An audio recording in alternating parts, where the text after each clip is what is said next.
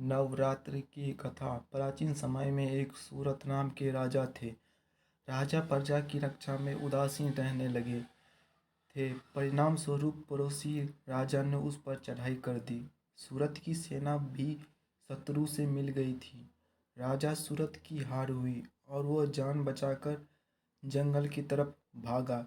उसी वन में समाधि नाम का एक बनिया अपनी स्त्री एवं संतान के दुर्व्यवहार के कारण निवास करता था। उसी वन में बनिया समाधि और राजा सूरत की भेंट हुई। दोनों का आपस में परिचय हुआ। वे दोनों घूमते हुए महर्षि मेघा के आश्रम में पहुँचे।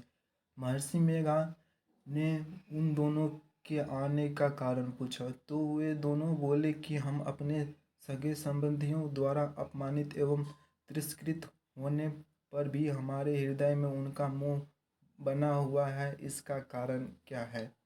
महर्षि मेघा ने उन्हें समझाया कि मन शक्ति के अधीन होता है और आदि शक्ति के अविद्या और विद्या दो रूप हैं। विद्या ज्ञान स्वरूप है और अविद्या अज्ञान स्वरूप। जो व्यक्ति अविद्या अज्ञान के आदिकरण रूप में उपासना करते हैं उन्हें वे विद्या स्वरूपा प्राप्त होकर मोक्ष प्रदान करती है। इतना सुन राजा सूरत ने प्रश्न किया, हे महर्षि, देवी कौन है? उसका जन्म कैसे हुआ?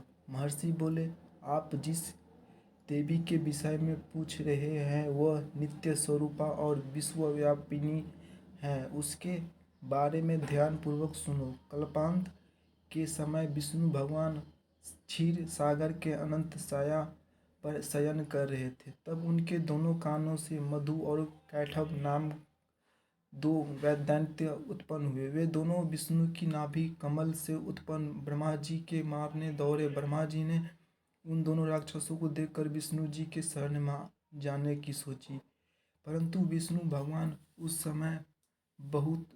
समय सो रहे थे। तब उन्होंने भगवान विष्णु को जगाने हेतु उनके न्यायों में निवास करने वाली योगिंद्रा स्तुति की।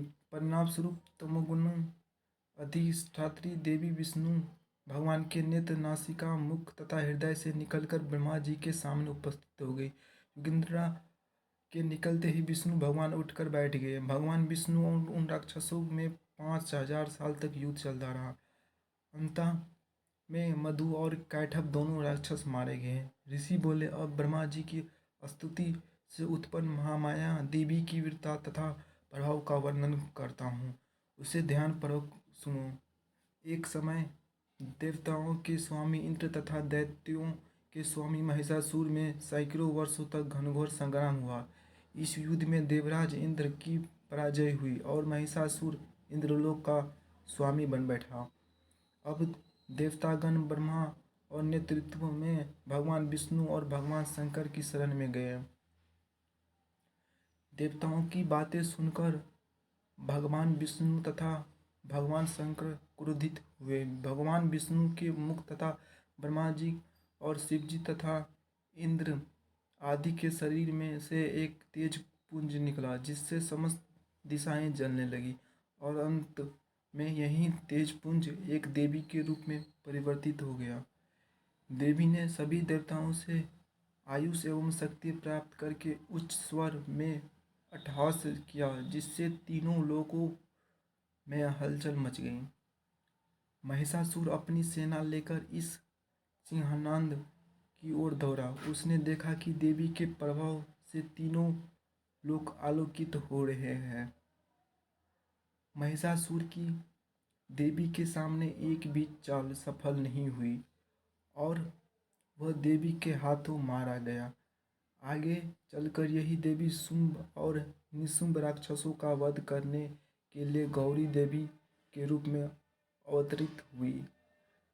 इन उपरोक्त व्याख्यानों को सुनाकर मेघा ऋषि ने राजा सूरत तथा बनिया से देवी स्तवन की विविधता व्याख्या की। राजा और वणिक नदी पर जाकर देवी की तपस्या करने लगी। 3 वर्ष तक घोर तपस्या करने के बाद देवी ने प्रकट होकर उन्हें आशीर्वाद दिया। इससे वणिक संसार के मोह से मुक्त होकर आत्म चिंतन में लग गया और राजा सूरत ने शत्रुओं पर आक्रमण करके विजय प्राप्त करके अपना वैभव प्राप्त कर लिया। यह जानकारी आपको कैसी लगी? अगर अच्छी लगी हो तो एक लाइक और चैनल को सब्सक्राइब जरूर करें। धन्यवाद।